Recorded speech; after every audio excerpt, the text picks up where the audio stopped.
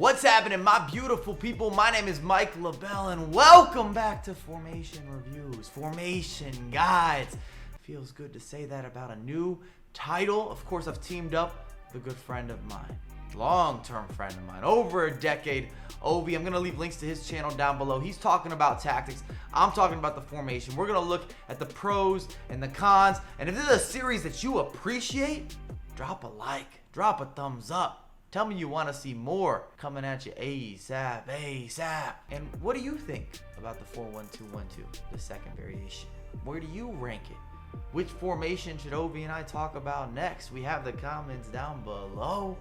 Let's use them and abuse them. But with all that being said, not holding you up, we're getting into the body of the content. That should have a shake on screen. Like a little body. I don't know where this energy could be coming from. We've got gameplay on display. And we're going to start off with, of course, the positives, the pros of the 4-1-2-1-2, the second variation, which means that you don't have a left mid, you don't have a right mid, you got center mids everywhere.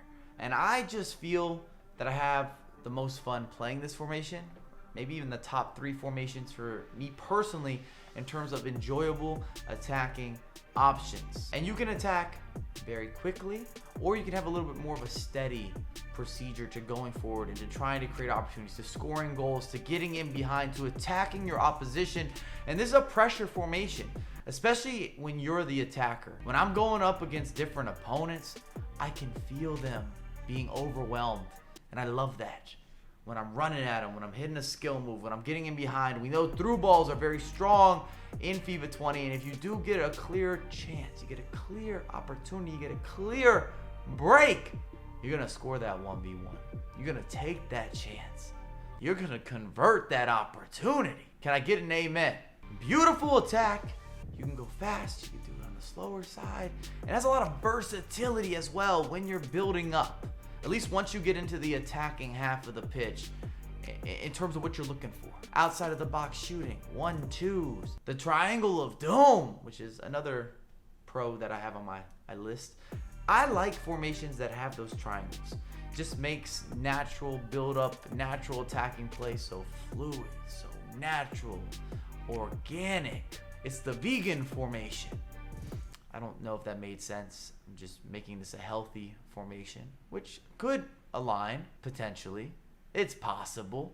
Might be forcing that a tad bit. And then on the defensive side, if you're trying to shut down the middle, which we all are, this year's title in particular, you're not going to get beat or overwhelmed by crosses. You might not be happy about some of the possession play, but it's highly unlikely that you go up against an opponent who just whips in crosses and beats you. There's too many variables and skill sets to be really good at crossing this year, so you might only see it at the highest level with consistency, where it measures really well for risk to reward. Sometimes people are looking for the goalkeeper rebound via the crosses, or even the secondary situation. Someone wins the header, the ball starts bouncing around, you hope to get maybe a bit lucky or overwhelm the box. We've all conceded or scored goals like that. We've talked about the pros. Now we gotta talk about the cons, the negatives. And for me, and I think anyone that plays the 4-1-2-1-2, especially at a high level, you don't have defensive outlets. So let's say you win possession. So one of your 4 defenders has the ball. If you can't hit a center mid immediately, that build up out of the back, especially if someone's using high pressure, it's not easy. It's not simple. It can get kind of complicated, get kind of lucky. You got to lob the ball forward. You just don't have the same outlets. You don't have safe outlets is what I would say when you're playing the 4-1-2-1-2. And that makes sense because you just don't have width. That's the trade-off. You're going to have this quick, intricate attack. But if you don't get easy counters or big defensive breakups, interceptions, then you do have to build up from your defense, and it's not that simple with the 4-1-2-1-2. Many times I feel very predictable until I get over the halfway line, and then everything opens up. I've got more options. I can kind of push bodies forward. You could pass and move, 1, 2, all the above. You can see the build up, the flow, that players are starting to think with an offensive manner. I don't know, maybe it's just me. And the other negative, we're dealing with width.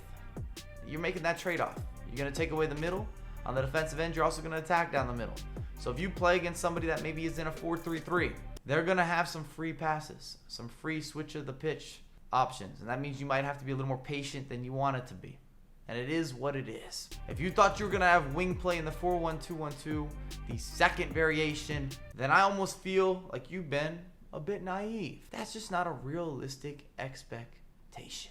Thanks again for watching. If you enjoyed the content, make sure to drop a thumbs up. Talk to us in the comments. Head on over to Obi's video. Get the tactics, get everything you need. It's free to subscribe here. It's free to subscribe there. Links are, of course, down below in the description. I have a lot more content coming for you ASAP. ASAP.